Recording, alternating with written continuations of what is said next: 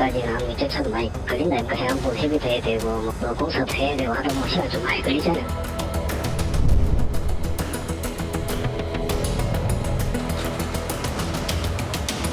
여기서 물 퍼낸다고 그 물이 안 들어옵니까? 이 하천 자체가 넘쳐오는데 이 지역을 빨리 좀 더 올려가지고 침수가 안 되도록 그렇게 하는 게 가장 우선이죠. 이 일대는 2년 전 침수 위험 개선지구로 지정됐습니다. 저류조와 펌프 시설이 지어질 예정인데 아직 어떻게 지을지 설계도 안 나온 상태입니다.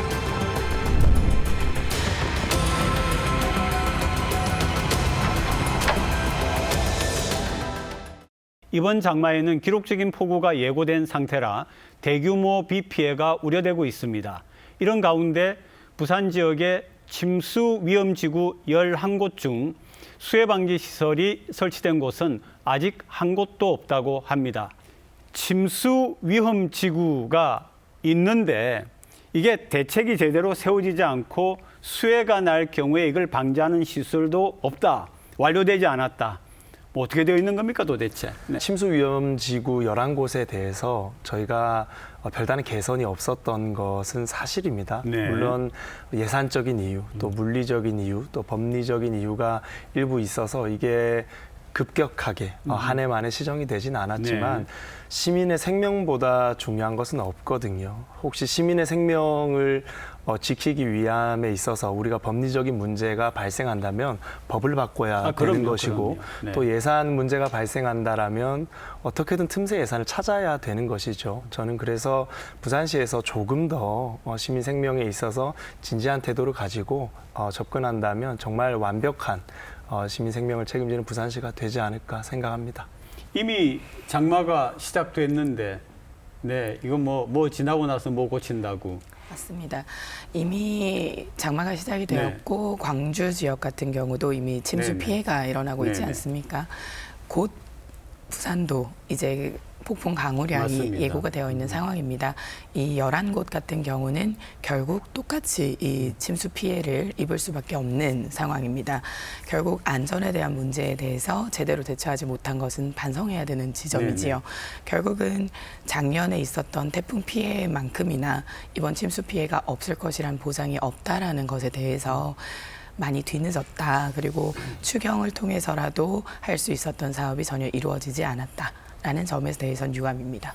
또 한 가지 그 감사원이 이런 상황과 상관되는 감사를 했는데 부실이다라고 평가한 게 있더라고요. 제가 말씀을 드리면 2019년에 부산시가 14억을 들여서 진행을 한 건데 도시 침수 위험 분석 용역이다라고 하는 건데 부실이다. 이게 무슨 말입니까?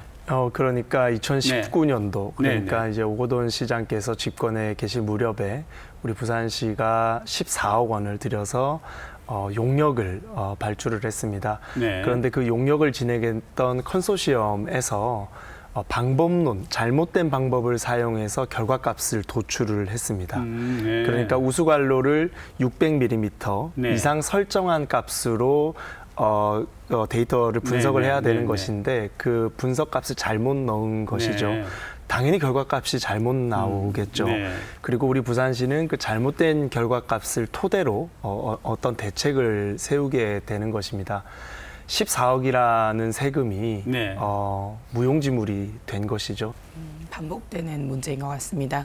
감사원의 지적사항이라고 하는 것은 이전에도 이미 시가 파악을 할 수 있었음에도 불구하고 하지 않은 부분이기 때문에 이런 부분에 대한 부분은 보완 조치가 이루어져야 된다라고 보입니다. 그 침수 위험 분석이 부실하고 그다음에 또 아까 이야기한 것처럼 11곳 중에 어디에도 지금 그거를 방지할 수 있는 시설이 완료가 되지 않았다. 그렇게 이야기를 하는데 그런데 부산이 또 그런 한편으로 또 뭘 하느냐 하면은 이 전국 최초로 도시 침수 통합 정보 시스템을 도입한다고 합니다. 좋은 얘기겠죠? 이제 부산이 전국 최초로 시스템을 도입했는데요. 네. 이 시스템이 어떤 시스템이냐면요. 기존에는 하천이 범람하거나 네.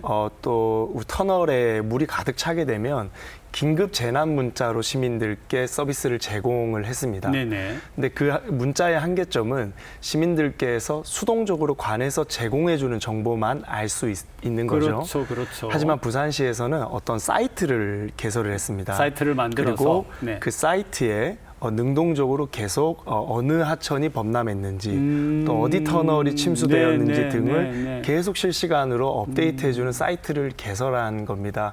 그럼으로써 시민들이 능동적으로 네. 위험 지역을 찾을 수 있고 그 위험 지역을 회피할 수 있는 그런 데이터를 제공해 주는 것이죠. 뿐만 아니고 우리가 비가 폭우가 동반되면 맨홀 뚜껑에 추락하는 사건 사고가 네. 많았습니다. 네. 그런데 맨홀 뚜껑이 유실되지 않도록 1,000군데 정도의 맨홀 뚜껑을 고정하고 시설을 보강하는 사업을 진행을 네. 했습니다.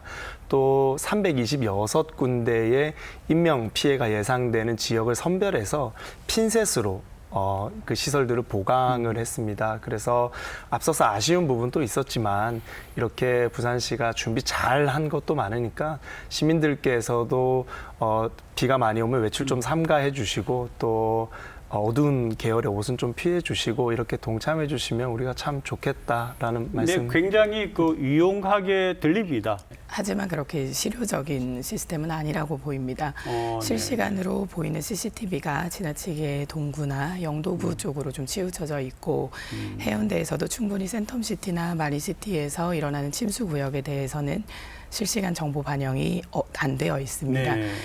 즉 이전에 있었던 오류가 많았던 데이터를 바탕으로 네. 이루어지다 보니까 아무래도 이렇게 실효적이지 않은 부분이 나타났는데요. 조금 더 개선해야 될 지점과 시민들이 체감을 하셔야 되는 부분이 좀 반영될 필요가 있습니다.